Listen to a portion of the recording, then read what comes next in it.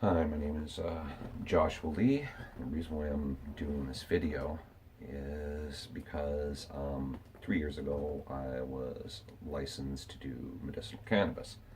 The reason for this is I suffer from severe insomnia and severe restless legs. Um, the doctors for about 20 years they misdiagnosed me. They told me I was bipolar. Uh, they put me on lorazepam, Seroquel, lithium, um, basically every drug there is for over 20 years. None of this stuff worked. A lot of it made things a lot worse. Recently, the past couple of years, I've been doing my own research, watching what other countries are doing, watching their opinions on it. Um, there appears to be big ignorance in this country, huge ignorance, with our doctors in that giving, medications such as lorazepam and stuff like that for people with conditions such as RLS. This is ridiculous. Lorazepam is an opiate, as far as I know. I do know it stimulates the opiate receptors. The problem with that is anything that stimulates my opiate receptors is going to increase the severity of my RLS. This includes alcohol, cigarettes, caffeine, and lorazepam, sleeping pills, painkillers, you name it, I can't take it. This stuff was shoved down my throat for decades, literally decades, and it made my condition worse, I believe. And I spent 8 years of my life with severe RLS every night. Talking 4 to 6 hours of thrashing and spasming. I'd get a couple hours sleep, sometimes none at all. I'd wake up with, stiff pulled muscles all the time. Uh, Both my shoulders are shot. I have rotator cuff wears and tears, all sorts of complications, muscles torn in my back. Um, but about a year ago, I found out about CBDs. And this was something I had tried. See, the government, like I said, I've been licensed for about 3 years. So, what I've been doing, what the government's answer to this is that I should order a high CBD cannabis through the mail and sit at home and vaporize it. Um, and at the time, I was also given the option of making it into a butter if I wanted, and given instructions on how to make my own medicine. The government taxed me for all this, thank you, and overpriced me for it. Also made it unavailable at sometimes for me. So sometimes I just simply didn't have my medicine.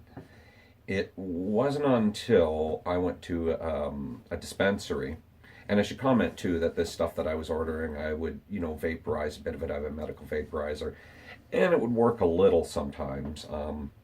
And I actually ended up finding out from somebody at a dispensary, which I was told not to go to, that I was not doing nearly enough, and I actually needed a very large amount of it. Rather expensive, but I said, okay.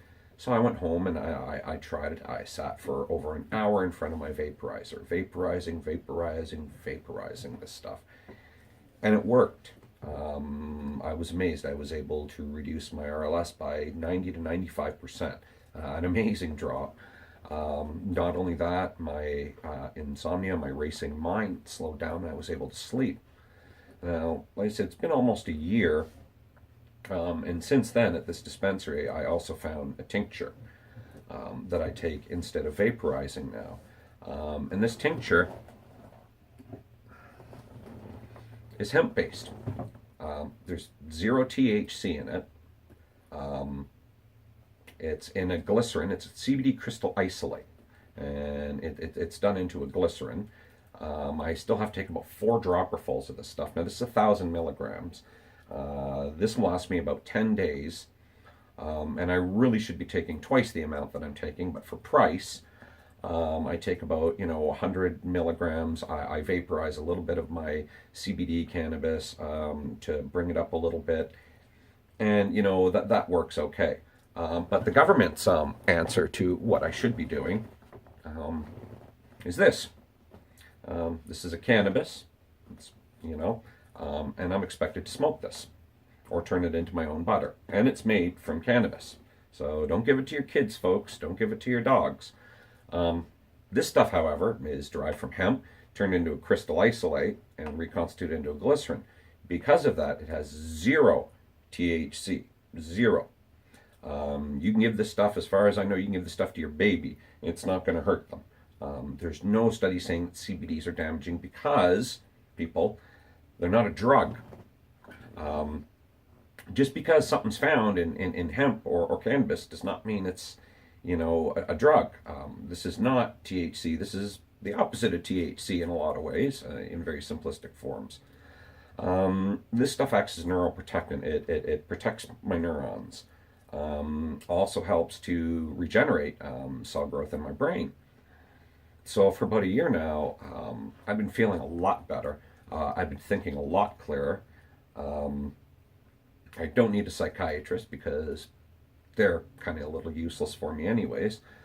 But I'm mentioning this, the point I'm very slowly trying to get around to is what a lot of people need to be aware of what's happening right now in Canada. And that is that our government is slowly shutting down all dispensaries. This is a problem because dispensaries were allowed to stay open because the government has not solved the problem for us, the real medical patients. We're the people who are paying for this, who are being taxed for it, who are being penalized for it, who have to go for urine samples and being treated like criminals. This is the government's answer, that we're only allowed to order from one licensed provider. We have a bunch of people throughout Canada that are allowed to grow cannabis. I'm only allowed to order from one person. So if they run out, oh well. And they do. The supply and demand is not balanced yet. It's been 3 years, still not balanced yet.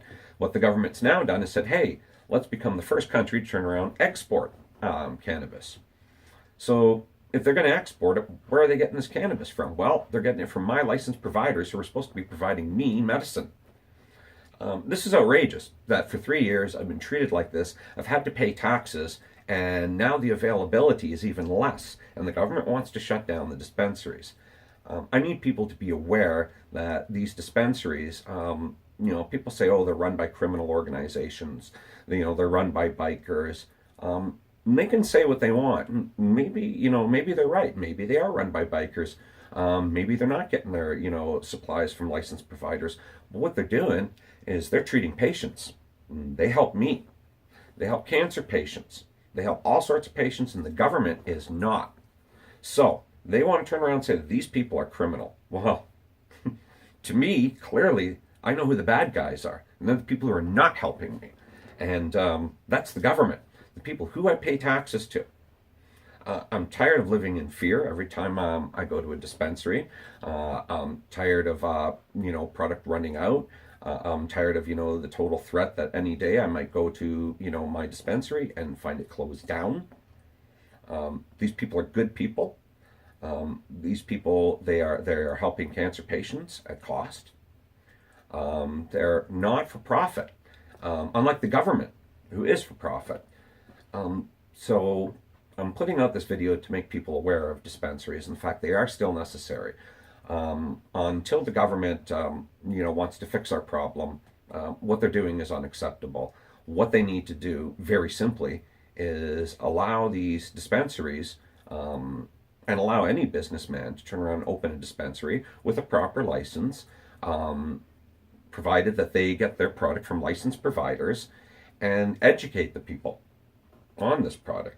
And another little point I'd like to mention is that, for 3 years, these dispensaries have been left open, and they haven't harmed anybody. I mean, we can talk about, how, weapons have been found. We can talk about how, gangs have raided dispensaries in Toronto, and things like that. But these are problems that the government caused.